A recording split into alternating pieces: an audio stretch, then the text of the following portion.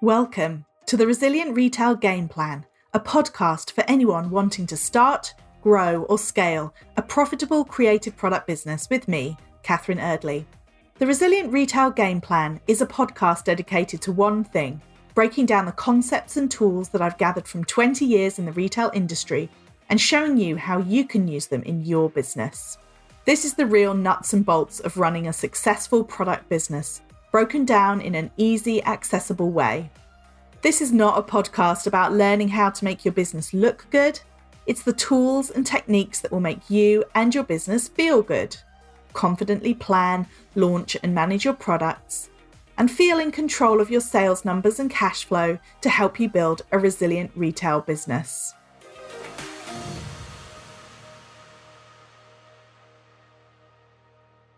Welcome to the Resilient Retail Game Plan. My name is Catherine Eardley and I am your host, as well as the founder of the Resilient Retail Club, which is my membership group for product businesses. You can find out more at resilientretailclub.com. This season, as you know, these next couple of months are all about getting ready for Christmas. And I am so excited today to welcome Narada McKoy to the podcast. Narada is a digital marketing specialist. He's been helping me with some of my paid advertising, and he really knows his stuff when it comes to all things to do with digital marketing. So he's going to talk to us today a little bit about how do you get ready for Christmas in terms of your digital marketing and your website. Hi, Narada. Welcome to the podcast. Hi, Catherine. Thanks for having me. Do you want to kick us off by just giving us a little bit of an introduction about who you are and what you do? So I'm Narada, and I'm the director and founder of Bravada On-Demand Marketing. Been going for about 3.5 years, and we help a mixture of businesses from startups to larger businesses with their performance marketing, being Facebook ads, Google ads, and their data as well. So helping businesses understand more about their customer, understand more about the customer journey that might take place, and how they can actually get to that next stage of growth. My background before I started the business, I worked in an advertising agency, and then I worked at Amazon for 3 years. So I learned a lot about product businesses there. And from there, worked at a few different startups, and then, decided to start my own business. And that's where I am today. That's fascinating. Well, do you know, I didn't know you had a background in Amazon. I'm sure that could be a whole other episode. You could Definitely, yeah. If you what you've learned from your time at Amazon. And I should say as well that if anyone's Googled me recently and my name, and you see the Google ad pop up, then Narada's been running my Google PPC campaign. So I don't just have people on the podcast unless I know that they're an expert in their field. So thanks so much for joining us. And what we wanted to talk about today was, as we've been talking about on the podcast in the last few weeks, is all about getting ready for Christmas.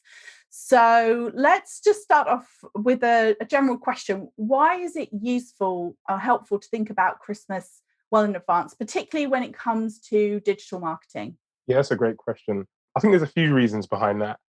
One is the fact that it always comes around so quick. And a lot of the things that we as marketeers and business owners need to do can't happen overnight. If you start thinking about Christmas in November, you won't have had the building blocks in place to actually take advantage of that increased traffic, the increased eyeballs, and the opportunity for sales.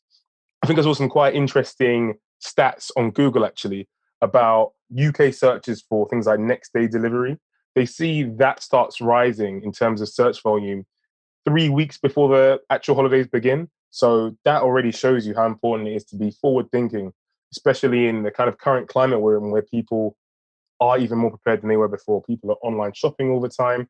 A lot of people are actually buying their Christmas gifts in November, for example. And a lot of the optimizations or key tactics that I'll explain around building your audience and building your advertising are important to do before Christmas. So if you want to build a mailing list, for example, if you want to do some advertising testing, you'll have to really do a lot of this, do a lot of the learning, a lot of the failing before Christmas, so that when it comes to your peak season, you know what the best audience is, you've got a good mailing list, and you've got a good understanding of how your website converts. Because if you wait till, say, November, December, you're kind of learning on the job, where you should be throughout the whole of December not be making many tweaks to what you're doing. The hard work should have been done already. Love that. Yes, completely. I couldn't agree more. I think that's the key thing, the reason that I bang on about Christmas preparation for so long is because it is so many sales come in such a short period of time. It's like you have to try and get everything out of the way so far in advance that you can just be focused on the sort of execution, if you like. Yeah, definitely. And so you've touched on quite a few different things there in terms of building an audience, building or testing ads, looking at conversion. So what are some of the things then that people should be thinking about before or as part of their Christmas preparations? So I think there are 5 key things you should think about for your Christmas preparations. And one thing that I've stolen from Amazon that I kind of has helped me throughout my career, to be honest, is starting with the customer and working backwards. Right. So that is where we should always start when we think about any strategy, whether it's Black Friday, whether it's Christmas or anything like that. It's understanding our customer, what they buy, what their hero product is, and how they see our site before we even start thinking about tactics, advertising, anything like that. And the best tool for that is Google Analytics, usually. And this gives you the opportunity to understand, say, the demographic split of your previous customer. Maybe you look at the data from last Christmas. Maybe you look at the trending product within your online store, or a product that you think is going to do best over Christmas. So that's where I'd start from a strategic point of view, and then I'd kind of roll down from there. So after that, there are kind of like three or four key areas. The first one, after starting with the customer and kind of doing a mind map of who the customer is, do they change at Christmas, and are they gifting? But after that, it's about conversion rate optimization. So this is all about how well your website converts. And a good rule of thumb for a conversion rate for a website is quite a general benchmark, but 3% tends to be good. The way we're calculating that is the number of users that hit your website divided by the number of people that actually transact. So if you're anywhere near 3%, you're doing really well. So these are the kind of things you should be looking at now. If you're at 1%, if you're at 2%, how can you make those extra incremental gains to get yourself to that benchmark before that? Some of the best ways to look at conversion rate optimization are Google Analytics. Once again, you can look at transactions, you can look at number of users. But inside that, it's some of the key tactics that can really help you with CRO. So first, mobile first. We've been talking about it probably for the last 2 or 3 years. But the average customer these days is mobile first. I think I saw a stat, it's about 75% of customers are more likely to be browsing on their mobile. And previously, a lot of these customers would then transact on desktop. But now we're finding people, higher ticket items are transacting on mobile. Oh, right. Okay. So it's shifting from, so not just discovery, not just research on mobile, but actually all the way through to purchasing. Exactly, all the way through. And I don't know about you, but the good thing about mobile shopping, and I find that this is the reason I, as a customer, use it, is a lot of the time you've got a lot of your cards saved there. I use Google Pay. I know a lot of people use Apple Pay. Yeah. So having things like that integrated, whether you've got a Shopify store or Squarespace or whatever it may be, is really important. So just making it super easy. People can look at things on their phones and then move through to purchase. Seamless, easy. I always say it's that penalty if someone has to get out of bed. It's like someone sitting in bed and their wallet's downstairs and they're like, oh, I'm going to have to get out of bed, aren't I, to go and get my wallet. It's like that. Exactly. There's very few brands I would do that for. Yes. Can we take a little step back, actually, because you made a really interesting point there about your customer, because you said them starting with the customer, being customer focused, customer first, which I completely 100% agree with. And then you touched on a little bit about just understanding a little bit more about your customer at Christmas. So do you mind just sort of expanding a little bit on that? So is that a question of, again, that mind map, thinking about, is it the same customer? Is it the same customer, but with a different purchase intention? So, how would you kind of dig into that question of who's my customer at Christmas? That's a great one for us to dwell on, because a lot of the time you've got these preconceptions about who your customer is. For example, I work with a book and it skews very female during most of the year.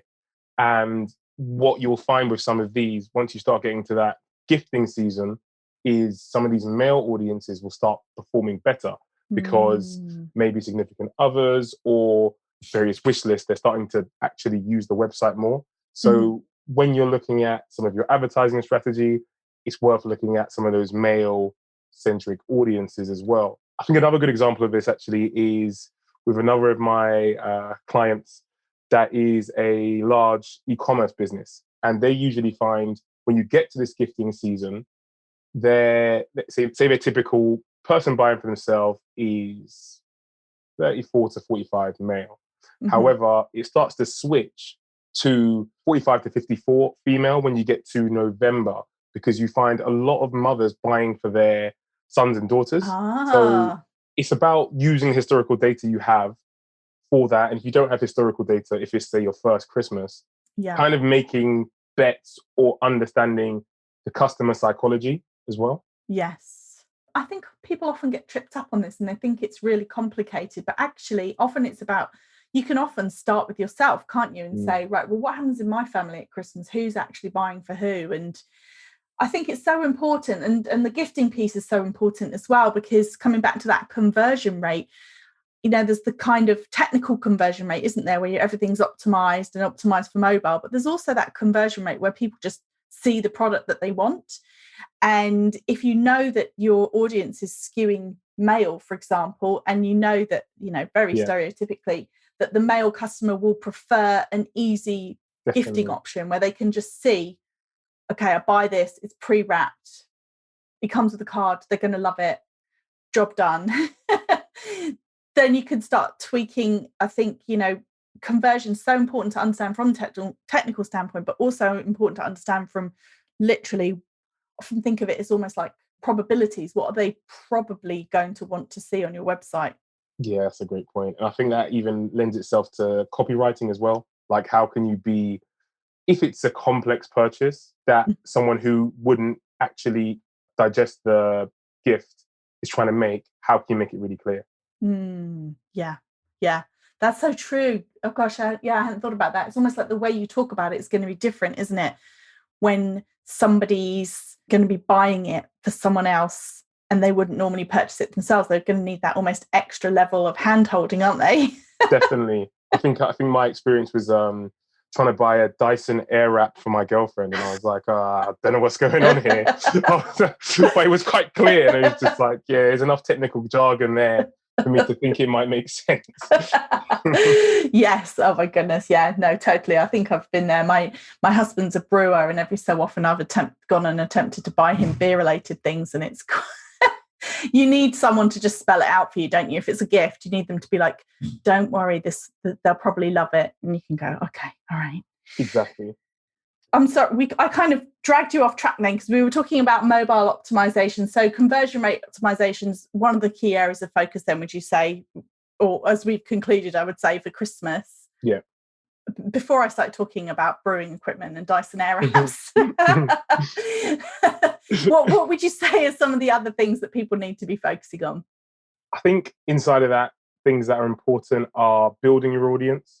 I know a lot of people say this, but it is important. So how can you, between now and Christmas, build that loyal fan base? Is it via newsletter subscriptions? Is it via WhatsApp? I think dark social is what they called it. I don't know if they still call it that, but using WhatsApp lists, how can you use things that aren't, say, your typical social media, your typical emails? To start building those early advocates is important. Right.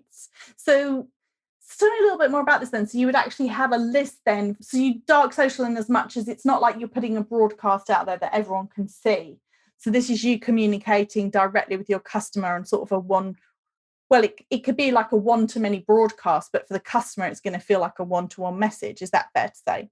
Exactly. Yeah. You can do it quite effectively with WhatsApp for business. And I know some white goods companies have done this before. I think AEG done it, some washing machines. But I know even more relevant, there's a travel brand that have used this before as well to show like different lists of things you can do in your local area. And it's all about nurturing your customer. So we all know the open rates for emails are dwindling. It's about how can you use different methods of communication with your customer. And build that list, understand more and more about them, and give them reasons to subscribe, whether it's via WhatsApp, whether it's email, whether it's a Facebook group, whether it's a Slack group. That's another great one. Okay. It's not simple to create these, but it's kind of, if you put enough effort into one of these channels, you should be able to start finding some good advocates there. And you're doing that well in advance of Christmas, so it's not like, as you say, a rush. Exactly, because you can't. That's building your audience is one of those things you can't shortcut. Mm. There's no shortcut to these ones. It's about finding those advocates, finding their friends. Is it loyalty? Is it discount? Can you use competitions? Give them a reason to subscribe. Give them a reason, if they don't purchase, to come back when it's Black Friday, get a 10% off. Because you'll find that a lot of customers, and what I saw in fashion this month was the beginning of June was really slow. But that was a lot of customers waiting for summer sales. They just weren't purchasing because they just wait for a brand to go on discount. So if you have those customers in your grasp in terms of you've got their emails, you know that when it is X% off, or it is Christmas, or it is free gift wrapping, you can reach these customers. Right. But you can't reach them until you've made that connection. So would you suggest then running something like awareness building or audience building ads, where you're almost specifically not necessarily going to be going for the sale, but going for the contact, as it were? Yeah, definitely. And I think that brings me on to advertising as a whole. I think using prospecting. So I guess we can start with Facebook ads, using prospecting audiences, so interest targets. So I don't know, for example, you sell shampoo, people that are interested in hair care, for example. So using prospecting audiences to give your brand story, whether you're using video assets, whether you're using kind of explainers, it's all about getting those people to your website, because even if they don't purchase, they've hit your website, they've hit that Facebook pixel, and then you've kind of got them as part of the ecosystem, because then you can retarget them within 180 days. So I think it probably is it's less than 180 days from Christmas now, I'd say. Yeah, well, we're pretty much, you're right, because it's 180 days is what, half a year. Yeah. So, and we're what, like five and a bit months away. Okay, so by prospecting, so you're talking about a cold audience then. So it's not necessarily someone who's come across your brand before, but you're using it based on the interest. So you're creating this audience where you're sort of, almost your sole intention is to, I was going to say, get them to touch the pixel. It just sounds really weird, but effectively, like you're trying to, you're doing it for interaction now, because then you've kind of got that subset then later on of people who've interacted with you.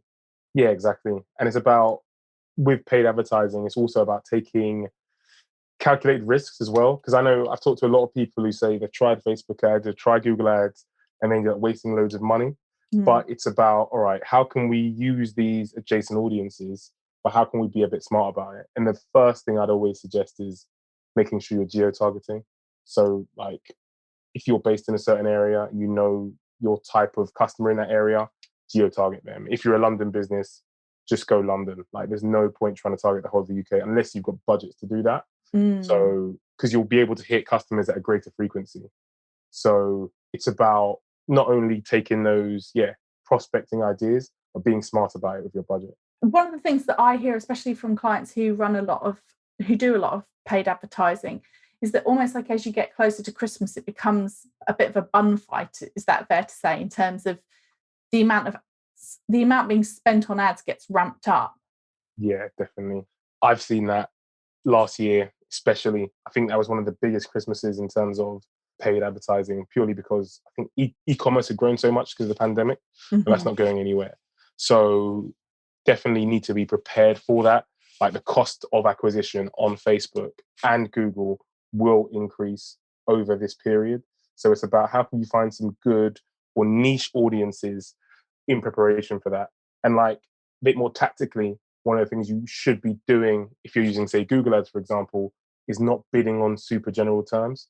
So I would never bid on gifts or good gifts at Christmas, because you'll end up just spending so much budget on that because everyone's trying to fight for that term.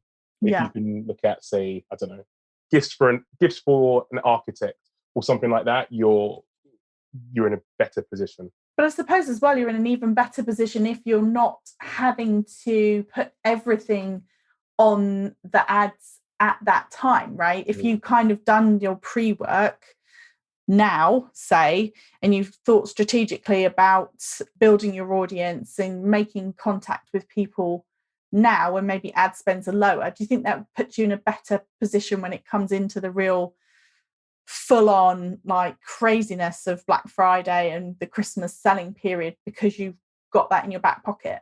Yeah, definitely. And one thing which is kind of counterintuitive, and I suggest it for some of my clients with more limited budgets, is that November and sometimes December shouldn't be your highest spending advertising months, because unless you've got enough budget to fight with the big boys and girls, you'll be spending more but not getting more for it.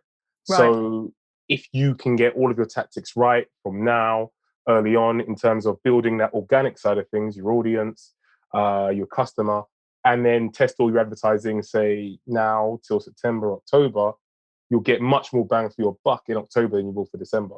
So as you mentioned, it's definitely not worth always waiting till that Christmas period for your advertising execution. And also, I suppose as well, it gives you that time to build the relationship, because you're not literally having to move someone from hearing about you to purchasing in, a week, right? It could be that they hear about you, you make contact with them, maybe you get their email address, maybe you have another way of contacting them, and then you can nurture that relationship. So almost that you're then top of mind when it comes to Christmas, rather than almost like, obviously ads can be an instant. You can certainly see people move very, very quickly from awareness to purchase, but it's kind of putting a lot on that time period at a very expensive rate if you're not prepping first. Is that fair Definitely. to say? Yeah, definitely.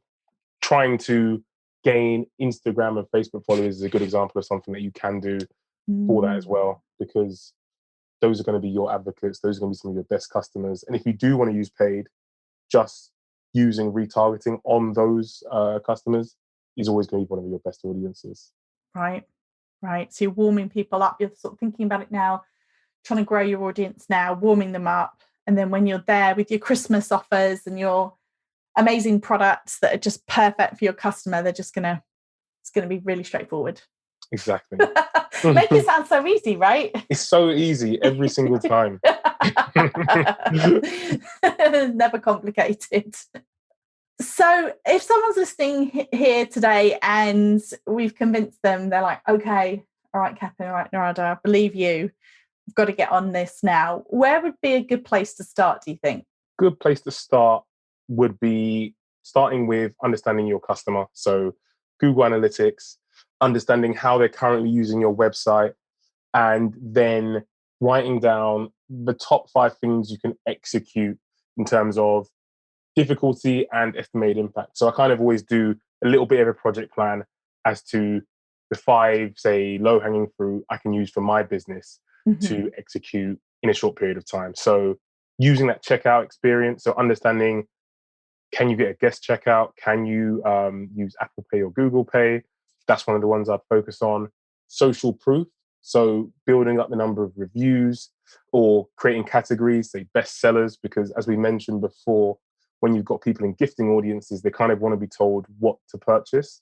And then building out your audience with not only ads, but your organic strategy, and then looking at the look and feel of your website. I think that's important, but it comes after focusing on the whys and the whats.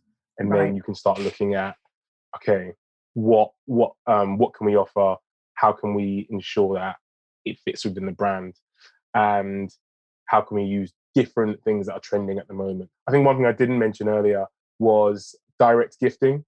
This is something that is gaining a bit of traction, where hopefully we haven't got to do it this year, but last year a lot of people didn't actually get to give their gifts.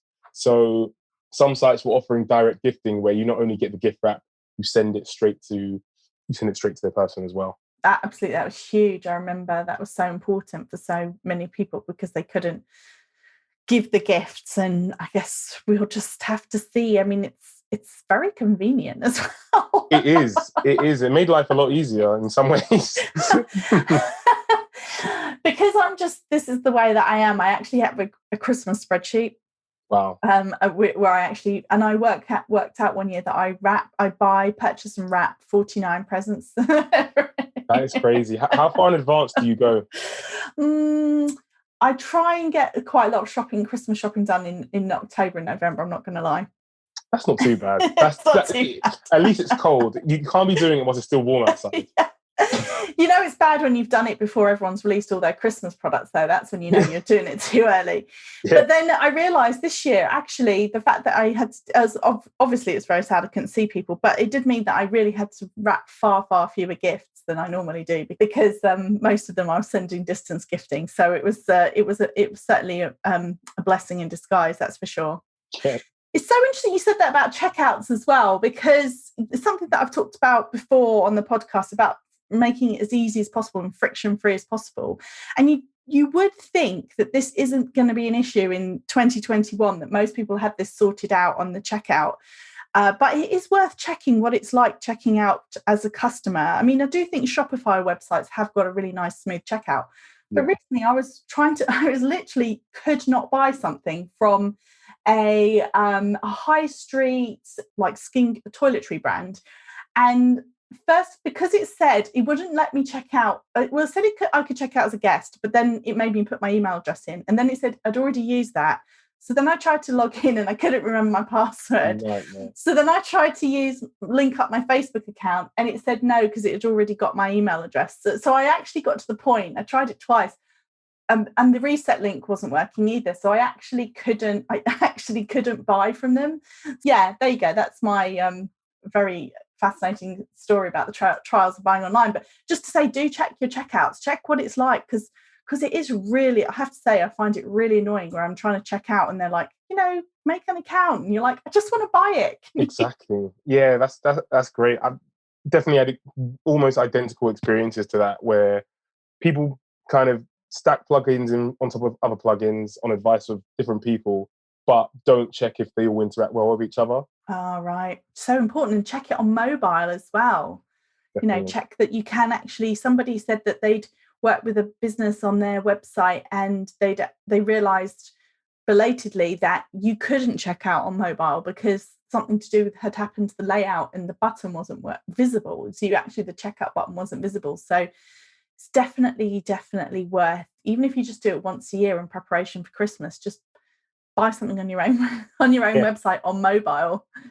Yeah, that's definitely on that. And then check the load speeds as well on 4G, because a lot of people kind of fall into the trap of checking so we all know load speeds are important in terms of your site, but a lot of the time you'll check it at home with a great internet, with your work from home Wi-Fi, whereas you should be checking it not only on desktop Wi-Fi but on your phone on 4G, or even that H+, whatever that one is. Yeah. H+. Yeah, I think I'm still on H+. I've got quite an old phone. Oh my goodness, that's so true, Narada, because I was literally just thinking to myself, I did check the load speed of my website, and it actually came up really well. But you're absolutely right. It was on my blazing fast home broadband that I paid to upgrade because I work from home. So, oh my goodness, yeah, okay, it's a good tip. So, is there a particular website that you recommend for testing your load speed?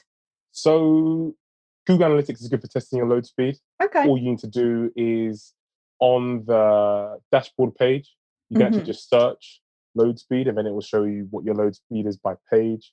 You can also do a Google SEO Lighthouse review, which is actually free. So all you need to do on that is, if you right click on your page and click inspect, gives you the option to do a Google SEO Lighthouse review. Wow. And it's really good because, firstly, it's free. You haven't got to pay for like an SEO agency or anything like that. And they'll check your load speeds on desktop, on mobile, and they'll check like the SEO ranking of your site. It's not perfect. It's not as good as, say, Ahrefs or those really expensive tools you might use, but it's a good way to get a litmus test. Or if you think about getting an SEO agency, I'd always think about doing free one first, just to see the comparison between what, say, they might recommend you and what you see. But that's all on YouTube as well. So Lighthouse Review, Google Lighthouse Review, and Google Analytics for load speed. Yeah, well, we'll put those in the show notes. So if anyone wants to find out a bit more, then they can do. So then in summary, I guess it's a massive topic. I'm sure we could talk about it all day. So I think you've given us some really great tips in terms of getting started. Effectively, it's a question of trying to do as much now as possible, and especially when it comes to audience building. Would you say that's the key thing? I think that's the key takeaway. Do as much as you can now from an audience building perspective, understand the consumer behavior. And as you said earlier, it's not like rocket science. It's just think about how you work as a customer or a consumer, talk to your friends, family. I often ask, so if I'm working with, say, a clothing brand or a book brand, I ask someone close to me, what was the last thing you bought? How was the experience? Why did you buy it? Like, oh, I saw it on Instagram. Oh, I saw this, I saw that. So just think like that, think about the audiences, and then from there, think about the technical side being the conversion rate. It's a great place to start as well, I guess, to talk to your existing customers, and everyone loves a bit of Christmas chat. Exactly. If you ask them about, like how was their Christmas? How do they like to shop? What kind of inspires them, and start that conversation so you can start building a picture of how your customer buys from you at Christmas. Yeah, exactly. Understand if they open do they open loads of tabs when they're shopping? Do they price hunt, or is it quite a direct experience? Things like that will help you when you're building out the conversion rate as well. Fantastic. Well, thank you so much. I feel like you've given us so many valuable tips and things for us to think about in the run up to Christmas. So do you want to tell everyone a little bit more about where they can find out more about you? Thank you, Catherine. Firstly, thank you for having me on the podcast today. Really appreciate it. You can find me on LinkedIn, Narada McKoy, and my website, www.bravada-uk.com. And do reach out if you've got any questions. But it's been a pleasure speaking to you, and it's been a pleasure speaking to the audience as well. Thank you so much. What a great episode. Thank you so much to everyone for tuning in. I'd love to know, what were your key takeaways? What are you going to be doing now to get yourself and your digital marketing and your website ready for Christmas? Why not come over to @Resilient Retail Club over on Instagram, send me a DM, let me know what you're going to be doing next, and why not share where you're listening? I absolutely love to see it when you share a picture of where you're tuning in to the podcast. If you have a minute to rate and review the podcast, it absolutely means the world to me. I read all the reviews myself, and I'm just so delighted and appreciative when people take the time to do that. And of course, if you hit subscribe, then you will be the first to hear about the next episodes as they are released.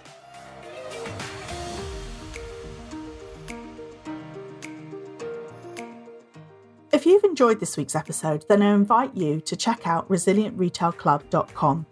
The Resilient Retail Club is the membership for anyone wanting to start, grow, or scale a profitable product business. No more trawling Google trying to find the answers to your questions, or wading through general business advice that speaks mainly to service-based businesses. Whether you're still at the idea stage or you've been going for a while but want to get more focused and organised when it comes to your business, the Resilient Retail Club is the place for you. With a library of courses tailored to creative product businesses, several live sessions a month, and a supportive and active community, the Resilient Retail Club is the perfect membership to help you hit your goals faster. Check it out at resilientretailclub.com.